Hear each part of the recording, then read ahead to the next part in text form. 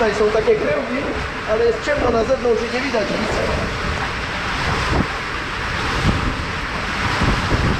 Mogliby zamontować jakieś dodatkowe doświetlenie tej rury z zewnątrz.